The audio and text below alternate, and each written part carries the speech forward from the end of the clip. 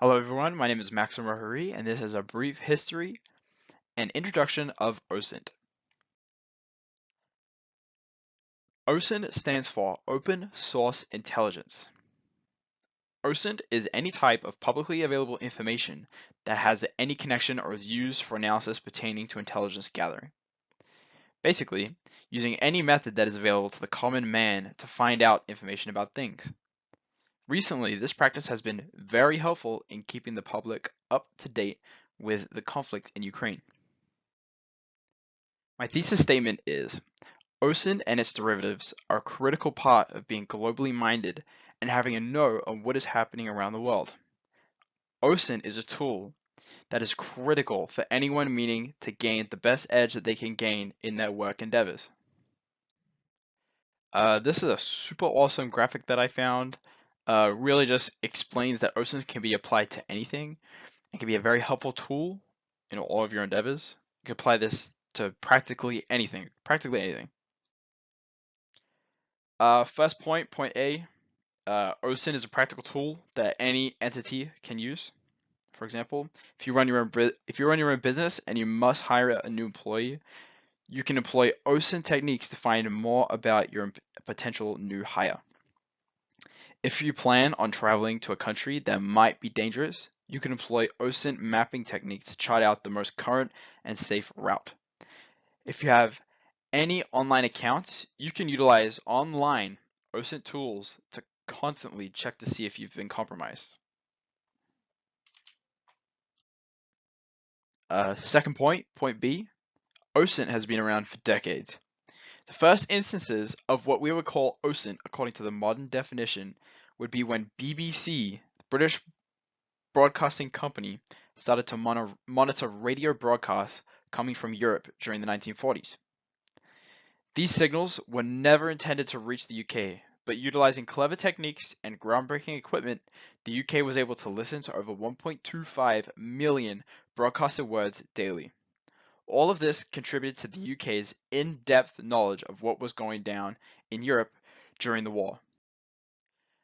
The point C, as the world continues to become an ever more integrated with the internet, OSINT becomes exponentially more valuable. During the build-up to the invasion of Ukraine, a community of OSINT enthusiasts were able to broadcast live Russian radio communications. Then a collaboration formed between them and a community of Russian translators, and them together they were able to make publicly available all of the Russian communications. Utilizing social media, the community was able to locate most of the Russian armor and troop buildup by locating where Russian soldiers were based on their social media posts, making a very accurate map available for anyone online.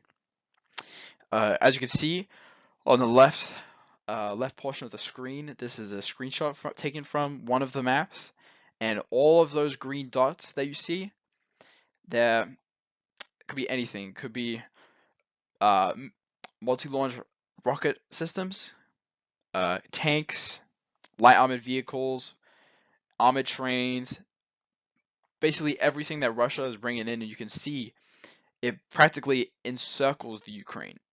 And those red dots that you see there, and the orange ones are like missile attacks, missile strikes. A lot of those, uh, all of this, all of these dots have pictures backing it up. They have GPS coordinates backing it up. They have uh, in-person testimony backing up all of this. This is all well documented stuff, and practically all of this has been taken from Twitter.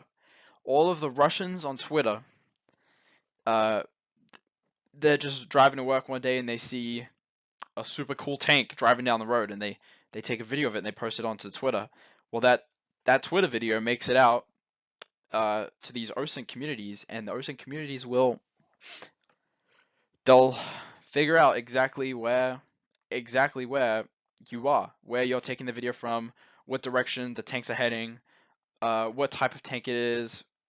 Like they they can tell practically everything that they need to know just from that one video that somebody posted, not meaning anything bad. And the same the same thing can be said vice versa. There's a story about a Ukrainian soldier who took a picture with his whole squad in they were in a abandoned school, and that's where they were sleeping. They were sleeping in an abandoned school, and he posted a picture on the internet to his close friends. One of his close friends took a screenshot and posted it on his social media and said, "Hey, look at my friend. Look at my friend. He's fighting in Ukraine. He's so brave."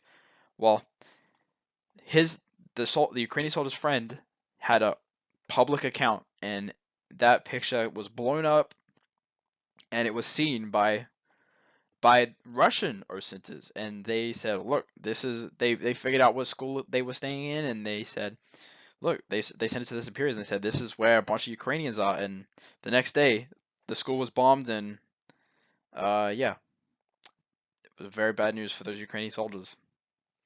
Um, Practically, you can even see like above the border of Ukraine, all of those dots is more stuff coming in from deeper within Russia, not stuff that was already on the border. That's all more stuff that they're bringing in. So it's very important to be cataloging and categorizing all of this, just saving it so that when the information is inevitably needed for, let's say the Hague, let's say Russia gets put on trial at the Hague, if, like for international war crimes, like all of this stuff is evidence, and all of this stuff is needs to be documented. Potential problems with OSINT. Yeah, in OSINT, there's always a looming factor of legality. Um, it's something that everybody has to take, take, and kind of process through what they believe. Like, there's a lot of gray area when it comes to OSINT. Um, yeah, combined effort has been established by OSINT community leaders to keep all of this on the legal side. However, as we saw, there are some people who are actively contributing information gained through illegal methods, like take WikiLeaks, Julian Assange, right? He's about to get extradited back to the U.S. Well, technically, his website WikiLeaks could fall under the OSINT sort of umbrella. There's a lot of, like I said earlier, there's a lot of gray area in OSINT, like, but uh, the third point, like it says, we're faced with a philosophical problem, right? Can knowing something be illegal? Like, can information be illegal to know? Like, there's a lot of information on OSINT communities right now about the new B-21 bomber, the new bomber that I don't know who's making. I think Lockheed's making it. Yeah, brand new bomber. Like, there's no pictures or anything about it, but well, official pictures or anything about it. But people on OSINT, hey, they've caught it on satellite images. They've been able to spot this super high tech stealth bomber because, I mean, you can hide from radar, but if you accidentally fly underneath the satellite, like, there's nothing you can do about that. You just have, like, I mean, it's one in a million, and the person that finds the person that finds these planes, these top secret planes on these satellite maps, is like just somebody that's been scrolling around some random satellite pictures. And like, why would you ever want to scroll around these random satellite pictures? But hey, they found a B-21, so yeah, really somewhere up in the chain of command really messed up flying that B-21 right underneath the satellite as it was taking photos. So yeah, yeah, and in my opinion, the internet can really be broken down into a communication between two entities, and I don't think that should necessarily be censored by anybody. You know, like at the end of the day, it's like the internet, right? My computer is talking to like a server when I go on the internet, so there's like a communication between two entities. And like, it's kind of like a philosophical problem, like, sure, there's information that you want to be kept secret, like for example the B-21, uh the brand new bomber. Like, you don't exactly want your enemies to be known, your enemies to know what you're getting up to. But it's like, if somebody If somebody finds, if you fly your plane underneath a satellite and that satellite takes a photo, and like that photo is gonna be published online. Like it's kind of the government's fault. You know what I'm saying? So yeah, it's a huge gray area right now in the whole legislative system. It's like it's a new thing as well. So there's some senators, like I think Senator Marco Rubio, he's really become a huge proponent of OSINT, and during the invasion of Ukraine, he was getting on because he was getting these like super up to date um security briefings from the FBI and the CIA. That he was getting these super up to date because he's a senator, right? And then he was just tweeting about it, and so that was really good for all of us on the OSINT community to get this. Basically, we were getting briefed through Marco Rubio by the CIA and the FBI about what was going on. So it was really awesome to see that a senator was taking an interest into our little community. These are my sources for the PowerPoint, and yeah, it's honestly just super interesting to see what's going on, and it's very interesting time, especially now with the invasion of Ukraine, because this whole OSINT community, it really sort of started to blossom during the Azerbaijan versus Armenia conflict. That's when that's when it all started to mesh together. But this this current invasion of Ukraine has really just made the community explode because unlike Azerbaijan, Ukraine has access to like cameras and the internet, and they're able to take videos, photos, uh, do everything that we can do basically, and it's just all, because Ukraine is so much more connected than Armenia or Azerbaijan uh, to the internet. It's just it really has helped this whole community blossom into what it's become today.